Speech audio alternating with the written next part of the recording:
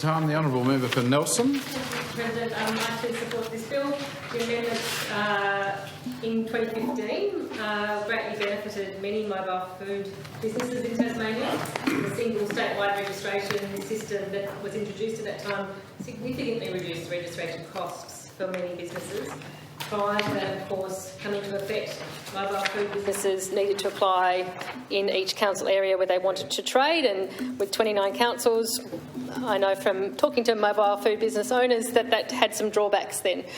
There would have been many instances that were described to me where mobile food businesses that would require registration for food preparation or restaurant in one council area, maybe had regular market or street sales in others, as well as registrations for festivals and events and the like. So multiple registrations were very expensive and repetitive and a real administrative burden for what are essentially, in most cases, very small businesses. To add to that, different councils have different requirements, as we know. One example described to me was Hobart City Council allowing home kitchens to meet required standards to be registered for commercial food preparations, while, for example, Kingborough Council will only register dedicated commercial kitchens. So lots of challenges there. The single statewide registration process addressed these compliance issues and costs for businesses and were very well received from all reports by food vendors.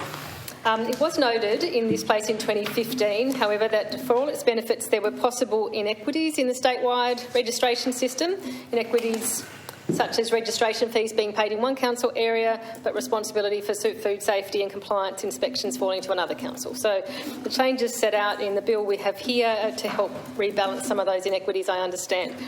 It's going to assist councils and regulators. As the 2015 bill assisted the mobile food businesses themselves, it's going to assist councils and regulators now with this bill to reduce unnecessary duplication and administration costs through sharing that information, collection and dissemination. I think it's also going to help those mobile food vendors. Those with a good history of compliance and safety will be noted, and patterns of non-compliant activity can be more easily monitored across municipalities and events. So I think that's a positive. And again, with 29 councils potentially each doing their own thing, this bill will go some way to creating consistency in how food safety incidents are managed and monitored.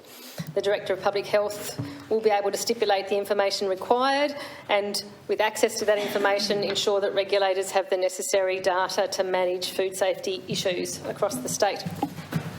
However, I did have some things that I wondered about in respect to the bill and other sorts of impacts it may have. I'm interested to know, for example, if councils are going to feel an impact in terms of changes to the systems that they have, and if there's going to be any impost on them, and if that then needs to be compensated in some way because of the legislation.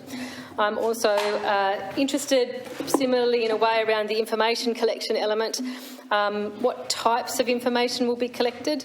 I understand that in the bill itself it's not too prescriptive, but I'm curious as to what specific information the Director of Public Health has in mind in terms of collection of data and information.